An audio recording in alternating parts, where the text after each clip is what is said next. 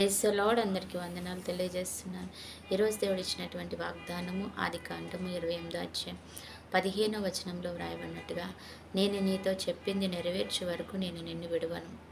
నిజమే, దేవుడు ఒక మాట ఇచ్చాడంటే, ఒక వాగ్దానం చేశాడంటే అది నెరవేర్చే వరకు ఆయన విడిచిపెట్టే దేవుడు కాదంట. ఆయన అంటున్నాడు, మాట ఇచ్చి తప్పడానికి నేను నరుడను కాను, నేనేమి మనిషిని కాదు. మనుషులు మాట మార్చేస్తారు, మనుషులు మాట తప్పేస్తారు, కానీ దేవుడు ఒకసారి మాట ఇచ్చాడంటే మాట మాటే అన్నమాట. అందుకని ఇశ్రాయేలు ప్రజలకు ఆయన మాట ఇచ్చాడు.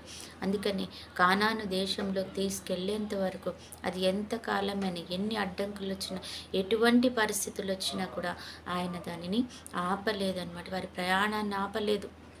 ఎర్ర సముద్రమే కావచ్చు, లేకపోతే ఎరుకు గోడలు కావచ్చు, ఏ పరిస్థితి అయినా కూడా ఆయన వారిని ఆగనివ్వలేదు.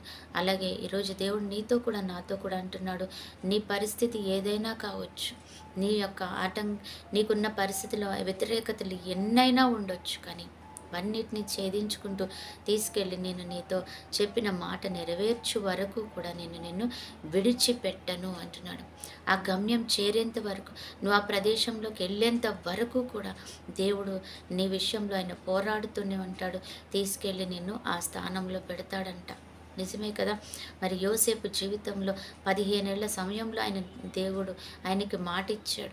30 ఏళ్ల వయసు వచ్చినప్పుడు ఆయనకి ఆ యొక్క సింహాసనం మీద కూర్చుండి తన అన్నలు తనకి నమస్కరించేటట్టుగా ఆ కళను నెరవేర్చాడు దేవుడు.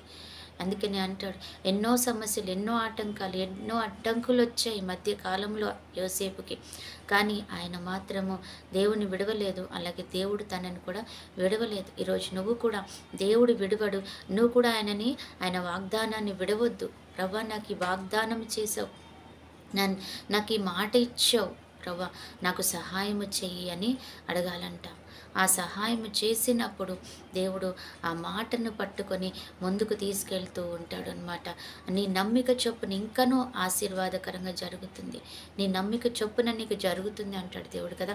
నమ్ముట నీ వల్లనైతే నమ్మువానికి సమస్తము కూడా సాధ్యమే. నువ్వు నమ్మాలి, ముందు నమ్మితే చాలు, నాకు సమస్తము సాధ్యమైన దేవుడు నీ కొరకు మాట ఇస్తున్నాడు. కాబట్టి నువ్వు జ్ఞాపకం ఉంచుకోవాలి, ఆయన మాట అంటే మాటే అని. ఆయన మాట తప్పే దేవుడు కాదు, నా దేవుడు నరుడు కాడు మాట తప్పడానికి. ఆయన ఇచ్చిన మాట నెరవేర్చుకునే దేవుడు కాబట్టి నన్ను విడిచిపెట్టడు, నన్ను అరణ్యంలో విడిచిపెట్టడు, నన్ను ఒంటరిగా ఆయన వదిలేసి వెళ్ళిపోడు. ఆయన వదిలేసి వెళ్ళిపోవడానికి అది మానవ ప్రేమ కాదు, దైవ ప్రేమ, దేవుని ప్రేమ అని నేను తెలుసుకున్నప్పుడు, ఆయన ప్రేమను మనం అర్థం చేసుకుని విశ్వాసం ఉంచినప్పుడు దేవుడు తప్పకుండా నీ కార్యాన్ని ఆయన నెరవేరుస్తాడు. అటు కృపా దేవుడు మనకిచ్చిన గాక. ఆమేన్. ప్రార్థన. పరిశుద్ధుడు అయిన దేవా, ప్రేమ కలిగిన తండ్రి యేసయ్య, నీకు వందనాలు చెల్లించుకుంటే ఈ సమయంలో ప్రభా మమ్మల్ని జ్ఞాపకం చేసుకోవడానికి అయా తండ్రికున్న కృపను బట్టి వందనాలు తండ్రి. ఎంతమంది బిడ్డలైతే ఈరోజు నేను జ్ఞాపకం చేసుకుంటూ అయా నేను విడువని ఎడబాయని దేవుడు, మా చేయి విడవవు అని వాగ్దానం చేస్తున్నారు, వారిని జ్ఞాపకం చేసుకుని అద్భుతం చేయండి ప్రభా. కానా విందులో నీళ్లు ద్రాక్షారసం చేసిన గొప్ప దేవుని నామంలో మాకు సహాయం చేసి మీ అద్భుత కార్యం చేయమని బ్రతిమలాడుతున్నాం తండ్రి.